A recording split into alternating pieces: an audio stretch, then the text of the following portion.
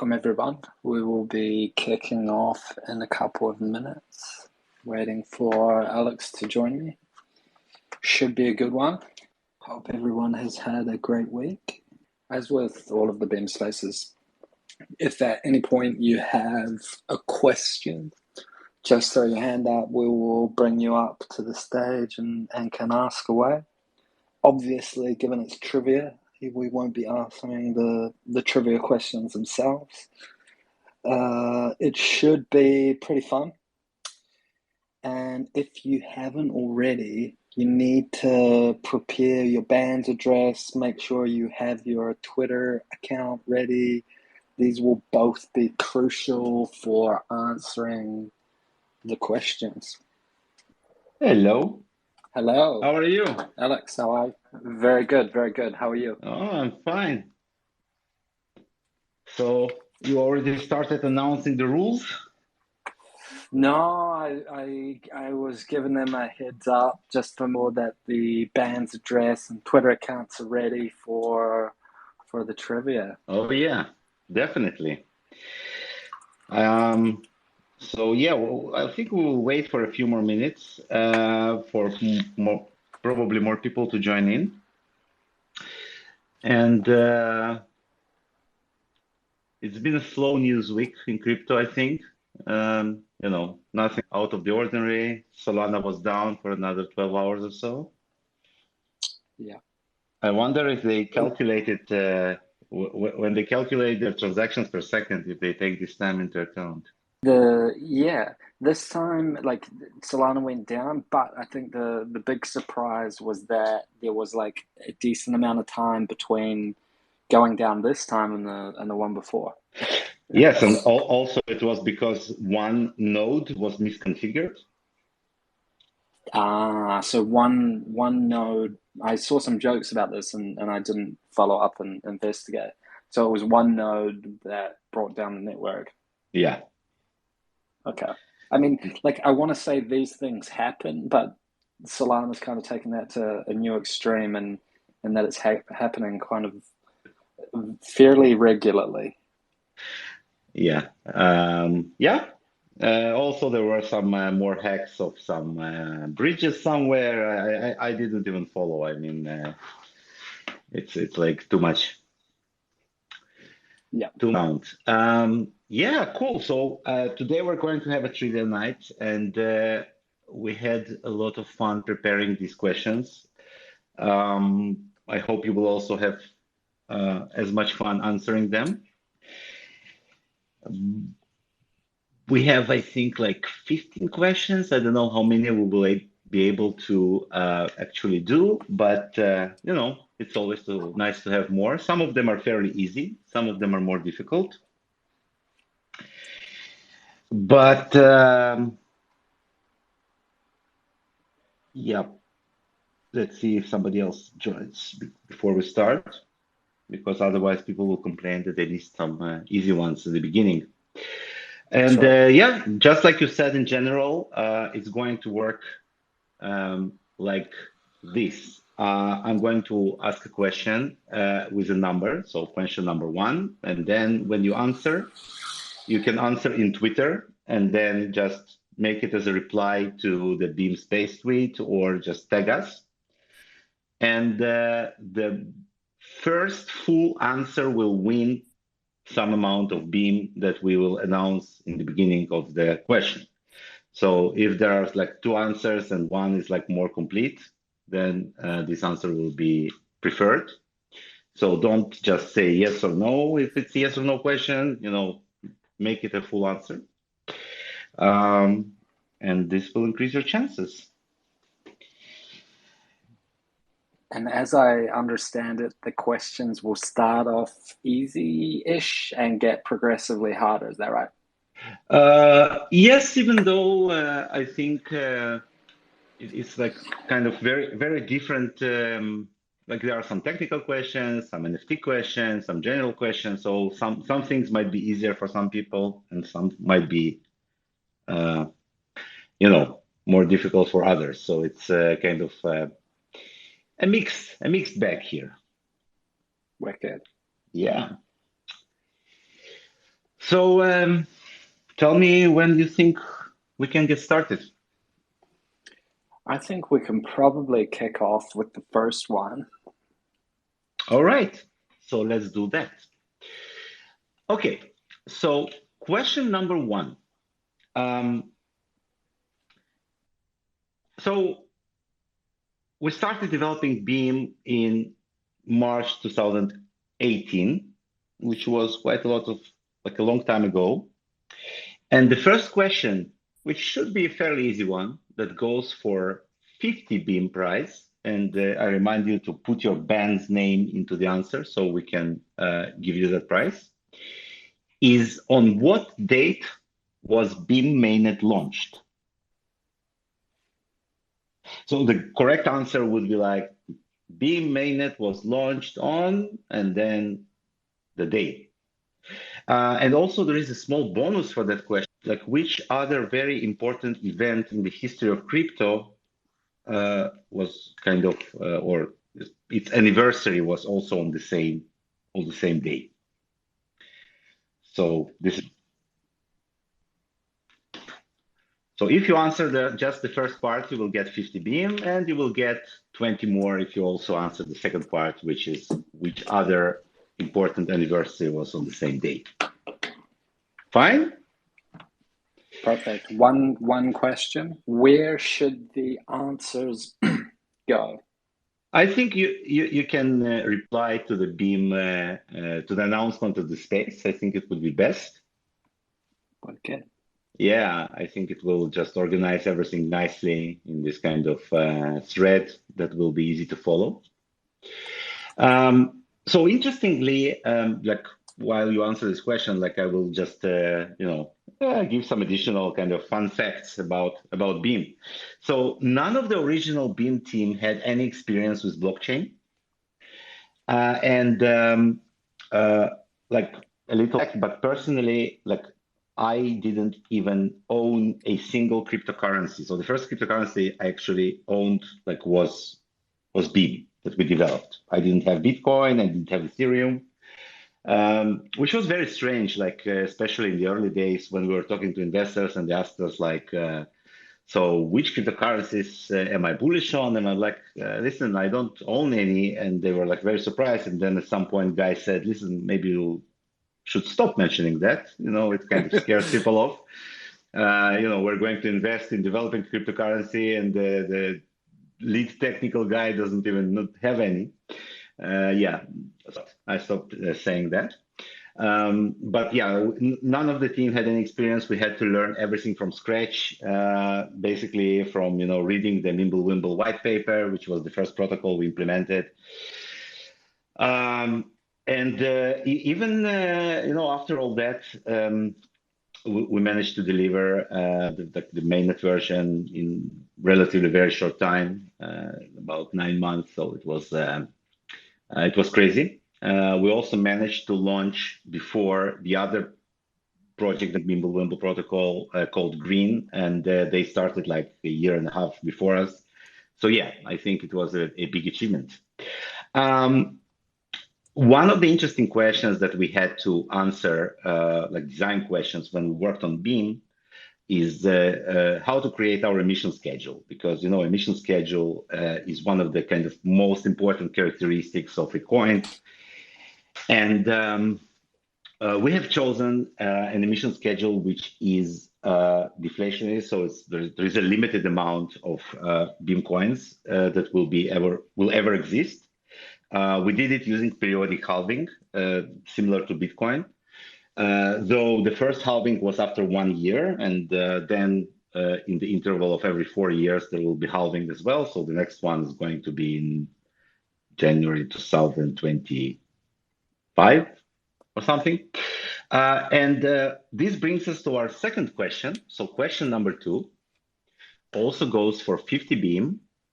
And the question is, what is the total emission of Beam coins? So, yeah, that's a good one. Yeah, so as you know, Bitcoin is 21 million, but Beam emission is different from Bitcoin, and the number is obviously different. So the question is, what is the total emission of the Beam coins? Once again, full answers are better. And this question also goes for 50 Beam prize. Don't forget to put your bands. Let me open Twitter here and follow what's going on. We have a couple of questions, a couple of answers, a few answers actually, for the first one. Really unbelievable. And I see, I think Unseen Shadow King was first with on 3rd of January, Beam was launched. But I must ask a further question. It doesn't have the year. So I don't know. Did they implement this this feature, you know, to edit tweets already, or I think you can if you have Twitter Blue. I don't know if it shows if your tweet's been edited. That's interesting. In And any also, case, yes, the date is definitely correct. yeah. Also, for the first question of which kind of special day was this also, and that was Defender of Hellas, and that was the anniversary to the white paper publication TC. Well, Is that okay. right? Not exactly, but we will give some more chances. I have just recently reinstalled my machine here, so everything is a mess, you know, nothing works. Anyway, Yeah. I have very similar going on my desktop. I'm getting asked by Twitter to enter my phone number or username, and or username. Okay, I can do that. I see Unseen Shadow King is killing it here. Yeah. Yeah, so let's move to the third question. This question, number 3, also goes for 50 Beam. And the question is, what is Guy Corem's official title in Beam project? So Guy Corem, for those who don't know, is one of the kind of original idea to create Beam. He's also the one who actually invented the name Beam. And this is not just a fun fact, but originally Beam stood for this kind of wordplay on green, because green in this kind of like smile, and Beam is like white paper smile. But then very quickly, especially after we created the logo with the rays of light going through a prism, it kind of took more on meaning of light and rays of light and all that. But that was actually the origin. And the Guy Corem, he had a very interesting title, and that's actually like an official title. I even have his card that we printed back in the day with this title. So the third question is, what was Guy Corem's title, official title in Beam project, going for 50 Beam? Let's see who knows that. Yeah, so while you are pondering on that, last week I was in Eilat, which is the city, the like southernmost point in Israel, and it's on the Red Sea.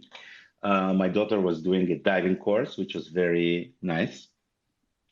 So she's now officially a 2-star diver, whatever that means. Nice, very cool. Did you join her to do the diving course? No, I didn't. It's less like for me, but my brother, he's an experienced diver, so he was kind of behind this idea, and he also accompanied us there. So in Eilat, there are very nice coral reefs with a lot of like fish and colorful things under the water. Yeah, so it's a good place to dive. This whole area, like there is like Egypt on one side and Jordan on the other side, and all of these beaches are full of very interesting diving locations.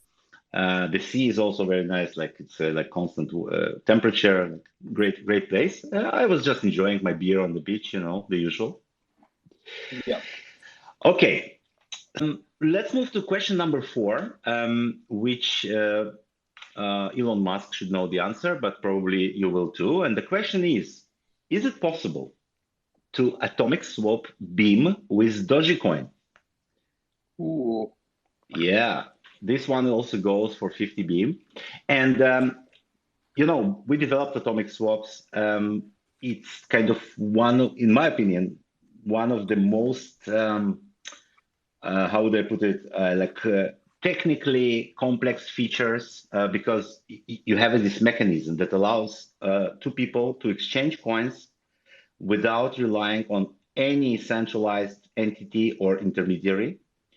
And it's a very complex mechanism because it requires locking coins on both chains and then exchanging the secrets and waiting for a certain amount of confirmations and making sure nobody can, do something to, trick the other side and then just take the coins. So we have implemented support for quite a few coins. Bitcoin is definitely one of them, Ethereum. And the question is whether Dogecoin is one of them. So that's our fourth question. A very good question. And also, like, I want to back up the atomic swaps, like a very, very difficult to implement, as you mentioned, but also massively useful for any cryptocurrency that's worth its salt. And I think that this, like, at the time when I say we as if I was helping to implement the atomic swaps when the atomic swaps were implemented by the amazing developers, the like it was an amazing feature, although I think now it's become even more relevant with what we're seeing in terms of like sanctioned addresses, the flash bots on Ethereum kind of censoring transactions and all this kind of stuff. Hugely important feature for any cryptocurrency, in my opinion, is atomic swaps. Like being able to get into and out of different currencies is a huge feat, like on a technological side, and also on like a decentralized side for making it accessible to really to anyone. I totally agree. And I want to add two things. First of all, it's important to emphasize that on the Beam side, these swaps are completely confidential. Obviously, it can be traced on like, let's say, Bitcoin side, but on the Beam side, they're confidential. And also the link between the Bitcoin side and the Beam side is also confidential. So what you see when you look at the Bitcoin chain is basically like one party exchanging coins with the other, but anything else is completely unlinked. And also, just like many other terms in our industry, atomic swaps was, in my opinion, misused quite a lot. So a lot of the services that you see that claim to do swaps of all kinds are basically either centralized or like very closely to it. In Beam, this is implemented in a completely decentralized fashion. We used this mechanism called hash which was kind of this interesting extension of the original Mimblewimble. It took us a long time, and also made it really usable by adding the marketplace to create these offers for atomic swaps inside your desktop wallet, which made it very convenient. So I think it's an amazing feature. And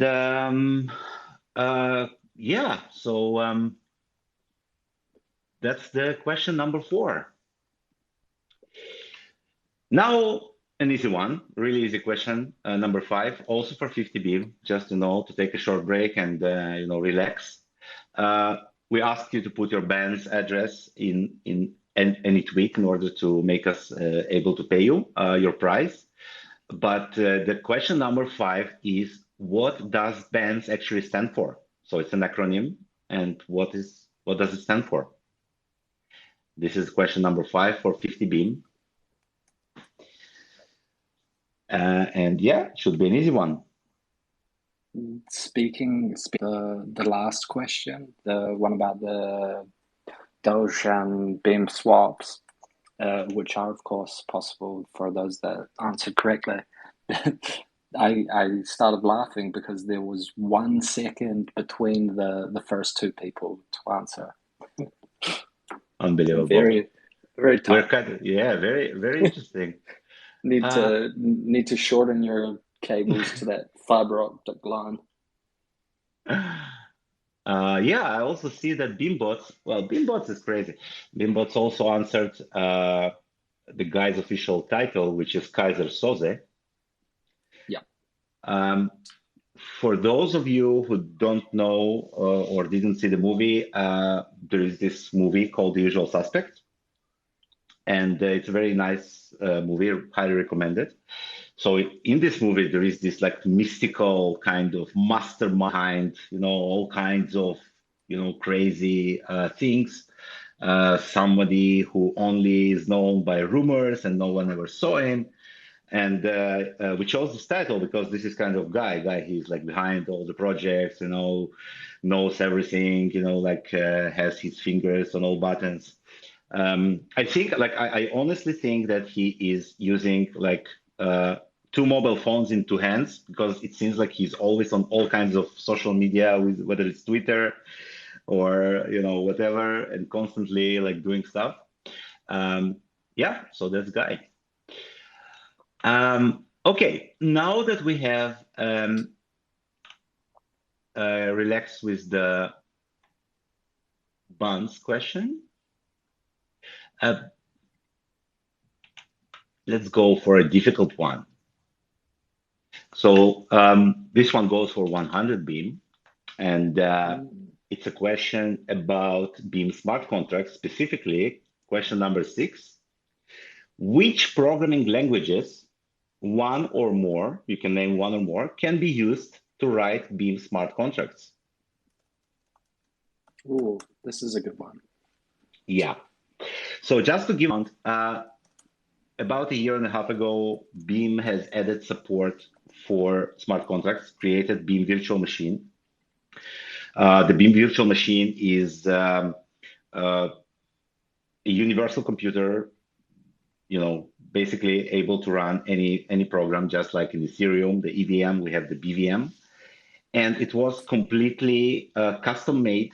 It's a kind of unique design because we wanted to be able to both support the confidentiality of transactions. We also needed to merge two completely different concepts because Beam initially is UTXO based cryptocurrency, just like Bitcoin. But when you're moving into the domain of smart contracts, it becomes account based. You have accounts. And in order to kind of combine these two concepts together, we needed to invent a new mechanism. And the idea of how this mechanism worked actually came from the way we implemented Lilantus, which is the extension of like Mimblewimble protocol that, not extension, it's kind of an additional protocol that we combined with Mimblewimble to improve our confidentiality. It was an amazing development, and we had a hard fork to enable it. And since then, it became possible to actually write smart contracts. And obviously, we use this idea to create quite a few applications. Is one of them. NFT Marketplace is the other, and more are coming, including like these very days. And yes, it's possible to use several different programming languages to create Beam smart contracts. So let's see who knows which programming languages these are, and they will win 100 beams to answering this question.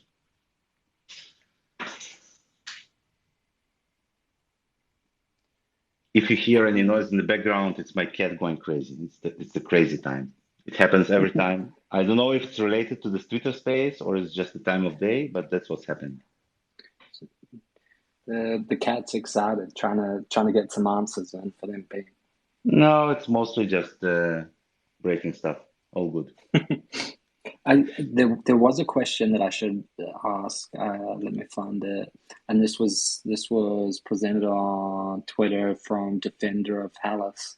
And the question was relating to our question number 1. No, sorry. Question number 2 about the emission. Yeah. And the question is, how did Beam decide on a finite supply of Beam rather than, for example, a tail emission like O or a constant emission like Brin? Okay, so when Beam started, our goal was to create a very conservative cryptocurrency that could be used for value, because one of the key ideas or one of the key principles behind Beam is that privacy is a basic human right. We need it in our currency, but we also wanted to make it very conservative in terms of how it works. So we took Bitcoin as an example of an emission model and also used the proof of work, obviously. And that's how we came with this schedule. Even though that in terms of the emission numbers, we changed it a little. That's why we don't have we're not a Bitcoin fork in any way, so we don't million limit. And the limit is different, but the idea was the same. So that's kind of was the goal from the very beginning. And then at this time, this remains one of the kind of strongest, covenants, like of not emission, not changing the proof of work concept. So that's kind of the basis of Beam, and always will be. Wicked. Yeah. Okay. So yeah. No, sorry. No, I was just moving to question number 7. Wicked. Okay, and this question is for the NFT people who are familiar with our amazing NFT marketplace. It's a question which is not very difficult to answer, but I really like it, so it will go for 100 Beam. And I also have a story about the answer to that question. And the question is, which animal is depicted on the very first NFT uploaded to Beam blockchain? Ooh, and if I remember rightly, there was a number of animals in the first of the NFTs uploaded to Beam. So this is a good one. Yeah. So while people answer this question, I will tell you a little bit how this NFT thing started, because I think it's a great story. So we wanted to have a contest, a Halloween contest about NFTs. And we have created this kind of scenario where people participated, and we wanted everyone to upload like 1 or 2 images and then like find the best one for it. On chain, we have created, I think we used Race back then, was it for voting? Yeah, I think it was. Yeah, it was Raise, yeah. Yeah, so basically it was this kind of something that was supposed to be a relatively small like event, just to create some interest, attention, and some action. But eventually what happened is that it completely exploded in terms of like people who were interested in uploading work even long after the original contest expired. And it became a fully featured NFT marketplace, obviously confidential as well. And as we know, the issue of confidentiality is coming up every once in a while in the NFT community. Nobody wants anyone to know what exactly they're holding or bidding on. And then we had to like update it because there were a lot of requests, and we updated our NFT marketplace to version 2. In the first version, the NFTs were actually uploaded to the directly, which had to limit the size of the pictures we wanted to use. Once again, it was supposed to be like a limited contest, but now we upload images to IPFS and we store the metadata on chain, which is a far better idea. But that specific very first NFT is actually on chain. And yeah, it has an animal image in it. So did anyone answer what it was? Let me have a look. For some reason, it's difficult for me to see the answers, but maybe I'm not filtering correctly. Yeah, There's a few answers as a. Let me have a look. Yeah, and Beambots has answered it correct, and also Unseen Shadow King. And what was the story behind this first animal, which was a pig for the guys that answered right? What was the story behind the pig uploaded as the first NFT on the Beam NFT marketplace? Yeah. So this pig was uploaded by our very own Raskul as part of his Riot Pigs collection. I own one of these pieces. Won't tell you which one, but it obviously has a Joker in it somehow. And these photos actually taken by Raskul himself. He's a very talented individual, very multifaceted, a lot of different things that he's doing, writing books, taking photos. He's like very versatile. And this is not actually a photo of a pig, it's actually a photo of a person wearing pig's mask. Okay. Yeah, and like I'm not exactly sure, but the rumor has it that the person who is wearing the mask is actually somehow Raskul's relative, but that's all I know. Okay. Yeah, Nice. yeah. So it was kind of this collection that started this entire trend, and yeah, it was very nice, very interesting, and that's the story behind the pig. I love how far the NFTs, even so far, have come as well since those early days and the race being given out for the Halloween competition and this kind of thing. Speaking of which, Halloween is right around the corner. Well, end of the month. So that would be 1 year since the Beam NFTs launched, right? Absolutely. Wow, one Wicked. year, unbelievable. Time flies when you're having fun. Yeah, like it's amazing. It was like yesterday, but at the same time, it was like ages ago. We had two versions, like ton of collections. By the way, the next question number 8, is actually about one of the collections that we have, and it's a kind of a problem because Beambots cannot answer this question. Yeah. It goes for 50 Beam. The answer from Beambots will not count. I tell you up front because the question number 8 is how many Beambots are in the Beambots collection. Wicked. So yeah, so while you are digging for this answer, anyone except for Beambots obviously knows it.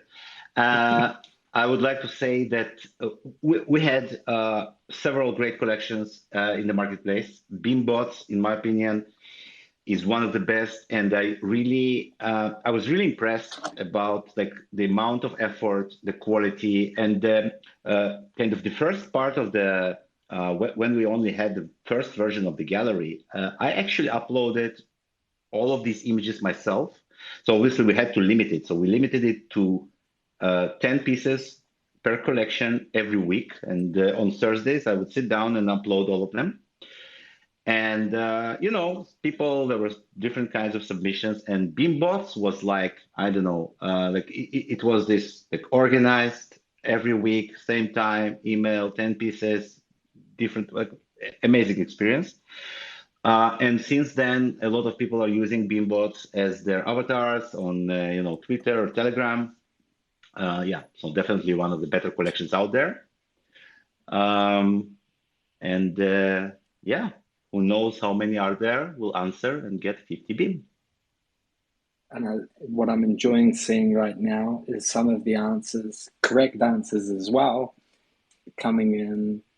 The users on Twitter are using Beanbots as their PFPs. So this is good. It's great. Love it. Yeah, so I'm still faithful to my CryptoPunk avatar on Twitter, but it's not for a lack of great Beambots.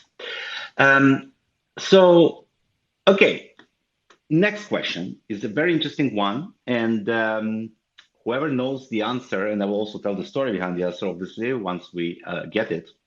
But the next question is about confidential assets. As you know, Beam supports creation of confidential assets, which are new coins or tokens that you can create either directly from your wallet or from smart contract. And what's amazing about them is that they're exactly as confidential as Beam itself.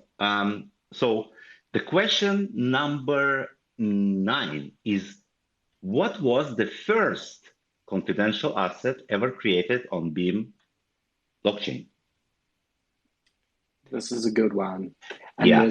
there's been many a confidential asset issued, and also like if following with the governance stuff that we did on the forum recently, in the most recent hard fork, the confidential asset issuance amount was reduced from 1,000 Beam to 10 Beam, if I got that correct. So I think this is something that we will, or at least I think the team and myself especially sees that will very much kind of increase in terms of amount of unique assets being issued on Beam, especially with things like the confidential stablecoin coming out, the decentralized, well, two things: the swaps, asset swaps in the wallet, and the like DEX coming out too.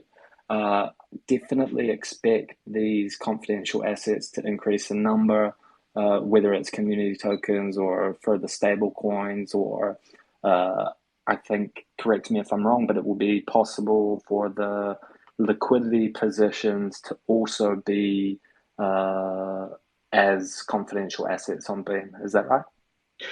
Yeah, so we can use confidential assets for almost anything, including, by the way, this crazy idea that we had that you could theoretically also convert NFTs into like a unique type of asset and trade it like between wallets in confidential way, even outside the marketplace.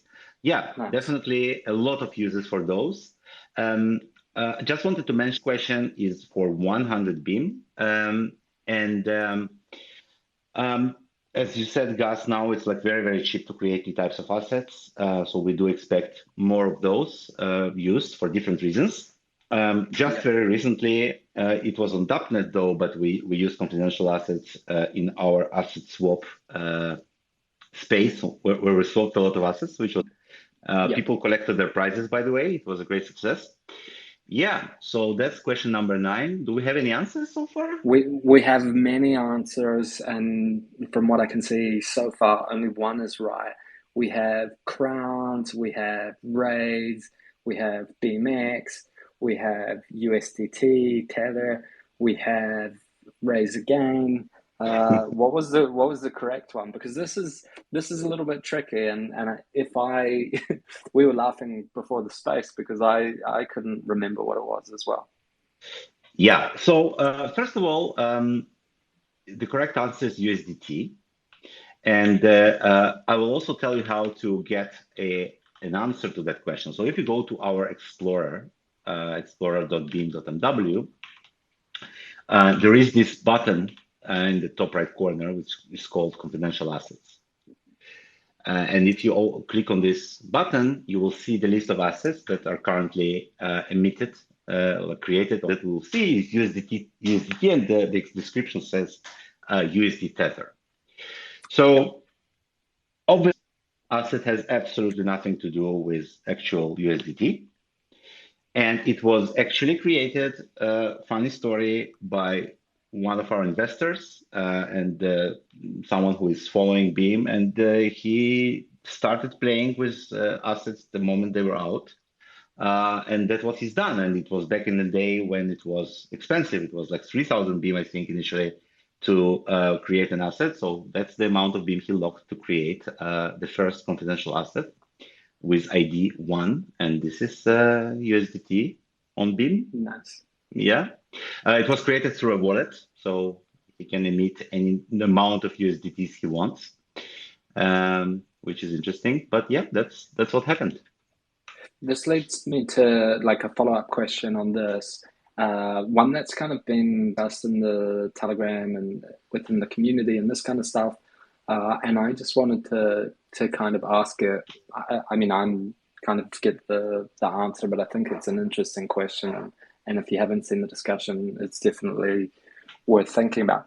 Uh, like, how do we, or how will we stop people from creating multiple assets with the same name, and sort of how do we protect, or how will we protect investors or people in the ecosystem using these different assets and this kind of stuff? And will we remain more more like neutral and this kind of stuff? So the way we implemented it is that the name of the asset and also kind of the any metadata of the asset is not unique. The only thing unique about the asset is the asset ID. And we have used one of the latest hard forks to actually simplify these IDs. And as you can see in the Blockchain Explorer, the IDs are now just simple incremental numbers 1, 2, 3, 4, 5, etc. And the reason for that is that we wanted to simplify the identification of a specific asset, because the name does not tell you anything. So anyone can create another asset with the same name. Why did we do it like that? Is because we didn't want to have names unique and then somebody going and creating all of the known names, basically hijacking the names and the tickers. And in this case, we no one could ever create tomorrow, like if we wanted to breach or actually emit some of the existing assets from other chains on our chain, it would not be possible. So instead, what we've done, we've created these IDs. And we also have a mechanism in the wallet which can provide this kind of a check mark on specific registered IDs. So if we know, for example, that BMax is ID number 7, which it is, we can always show this check mark when you receive BMax, so that you know that you are receiving the same BMax you mean. Obviously, it also needs to be very easy to see what is the actual ID of the asset. So put your wallet at each small pane at the top that shows you the amount of assets that you have, has this small arrow which drops down and shows you the details. And one of these details is the ID of the asset, which is very important. So yeah, the names are not unique, but the IDs are. Okay. And I think this, like, to back up your point, this, at least in my opinion, is massively important, like to avoid kind of squatting on asset names and this kind of thing. Of course, like at least at the launch time of confidential assets, there was a large number of them needing to be locked up in order to do so. But especially with like the reduction that came with BIP1 down to 10 beam for an asset, I think it would have been a real issue with people squatting on like names that could either like be used by protocols and projects and this kind of stuff. So I think it's a good thing that the asset names aren't kind of unique, but then we have the way of making them unique with their obvious asset IDs and this kind of thing. Yeah, absolutely. And speaking of assets and names, let's go to question number 10. And question number 10 is an interesting one. It will go for 100 Beam. And the question is, what is the name and the ticker of the stablecoin that is about to be launched on Beam? What is the name and the ticker? Yeah. Wicked. So just kind of to recap, this project that is building the stablecoin on Beam has recently deployed the DAppNet version, and we have encouraged everyone to always install our DAppNet version of the wallet because it has the latest and greatest versions of all applications. And I think one of the most interesting ones right now is the stablecoin application, and that will know what is the name and the ticker, and will win 100 Beam. And this, like, comparing the earlier answer for the first confidential asset on Beam, that was USDT, and if we look at USDT like as it stands on many networks, and compare it to NEF, comparing it to the almost gave it away. Comparing it to the stable coin that's on DACnet and soon to be on mainnet. Now I've totally lost my train of thought and my question. Oh, comparing the two, like what would you say is the biggest kind of benefit of the stablecoin that's soon to launch on Beam mainnet over something like USDT?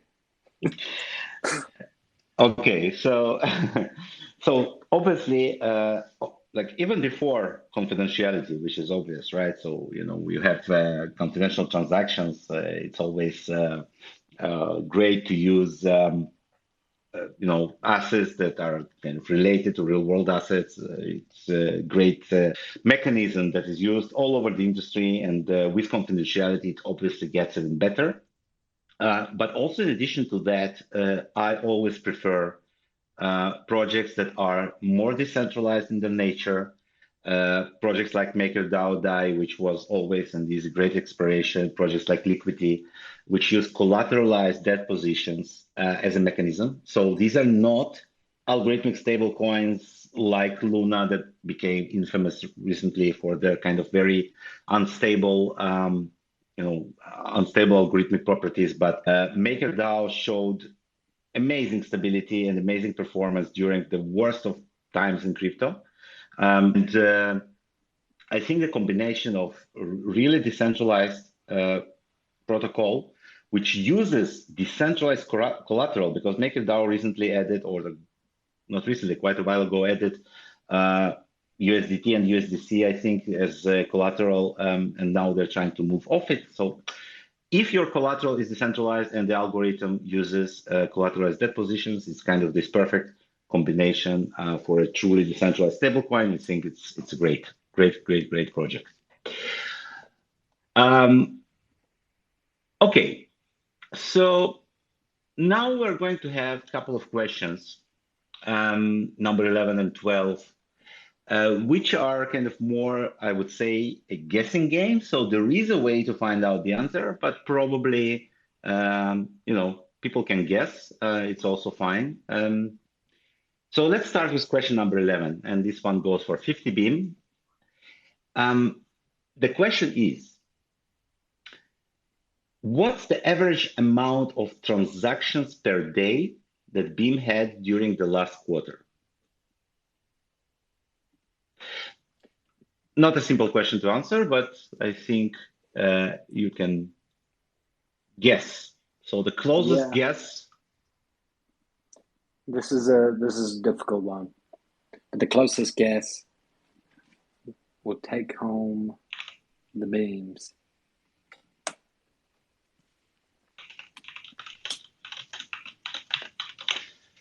So for 50 Beam, you can guess for question number 11, how many transactions per day on average Beam had during the last quarter.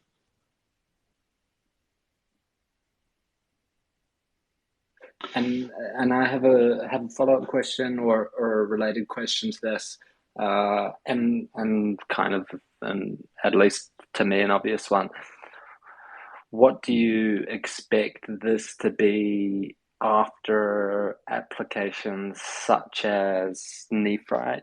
I think I can say it now, such as Nephrite, start on mainnet and DEX goes live and this kind of stuff. How do you see the transaction sort of count increasing or this kind of thing? So first of all, the answer as it is now, obviously I'm not going to say it, but it's fairly impressive as it is, at least for me. Like I had to actually ask twice, like really, like when I heard it. But with the addition of bridges, right, and the DEX, obviously the amount of things you can do with Beam Network is going to be increased by a huge margin. So yeah, I do believe the amount of transactions will also increase. Not to mention the fact that we have now more miners mining Beam, so which means more payouts. Yeah, I think these numbers will go up fairly quickly. Definitely agree. Like I've voiced this a lot in the community and on spaces and this kind of stuff. I think that like with the decks, especially, not to mention even like the bridges and stable coins and all these things, I think that this number will explode. Obviously, not transaction count advice or anything like that, but I expect that the like number of transactions will really kind of balloon after some of these apps start hitting mainnet. I think it will be very exciting. Absolutely.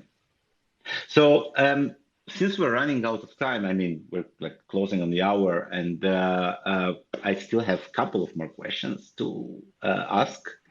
The second one, we're kind of going to go a little bit back to the beginning, to kind of close this up where we started.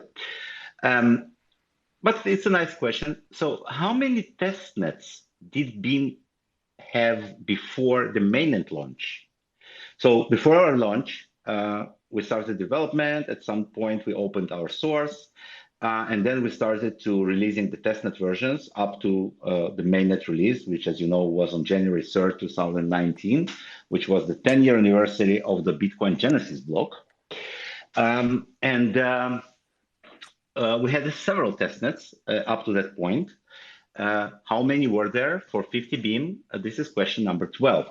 So while you are answering that, fun fact or two.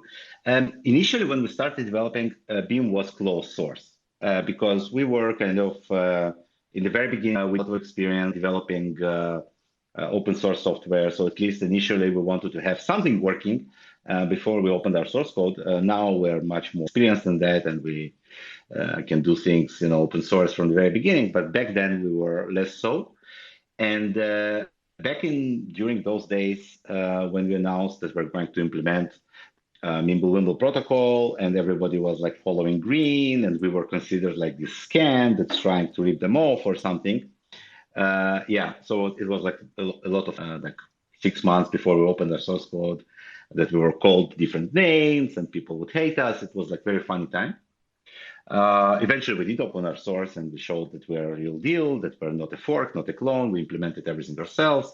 We launched it, but it was like very hectic in the beginning. So there is a way to find the answer to that question, obviously, unless somebody just knows. This is question number 12. And we do have someone with a correct answer coming through. Really? Yeah, I'm impressed because I was unsure. I questioned Alex if you had the right thinking. Unbelievable. I would have got that one wrong. I just received a funny message in Telegram that I must apologize for if anyone's reading the subtitles because of my strange New Zealand accent when I say decentralized exchange in its short form. The subtitles apparently are saying something rather different, so I apologize for that. Really? Yeah, when I say DEX, apparently it's coming up with yeah. Naughty subtitles. Okay. So listen, let's do the last question. It's an easy one, relatively easy one for 50 Beam. So as you know, each Beam version has a number and also a name. So the reason it has a name, in addition to the number, is because back in the day, Alexander Zadruson, who was then CEO of Beam, he came up with this idea to add a name to the version and basically start a name with a letter that would correspond to the version number, right? So the question is, what was the name of the very, very first version that was released, our mainnet? What was the name of that version? That's a good one. And I think that you can also probably find the answer for this question in the same place you could find the last one as well, right? About test nets. Maybe. Probably, maybe, yeah, could be. Yeah. So while we're waiting for the answer, I think we will start wrapping it up a little bit. Absolutely. Wow, it was so nice. Yeah, so much fun. And I mean, like, this is one thing that came to my mind like the last few days, and especially like us talking with you, Alex, about the questions that we were going to ask in the space, and that was like how much we have, and also how much is in the future and planned and launching soon and this kind of stuff. And I think this is very exciting stuff. Yeah, like every time I'm, talking about Beam in any context, whether it's like a podcast or an interview or a AMA or whatever, I'm kind of running out of breath just trying to list the number of features that we've built over these years. Like, and we did atomic swap and asset swaps and contracts and applications and this and that. And it's really amazing, like with a relatively small team, obviously very talented people, but yeah, like every time we go do this kind of trivia or trips down the memory lane, really, really amazing time. Absolutely. Yeah. So thank you very much, everyone, for joining us and participating. It really was fun. We will probably do something like that every once in a while because it's just a very enjoyable experience. I hope you enjoyed it too. We did get correct answer for all questions, I think, Yeah. which is amazing. And for the winners, we will make a list of which questions were answered by whom, and we will send these to your bands that you provided as well. Absolutely. Thank you very much. It's great that so many of you are following a project. We really appreciate that.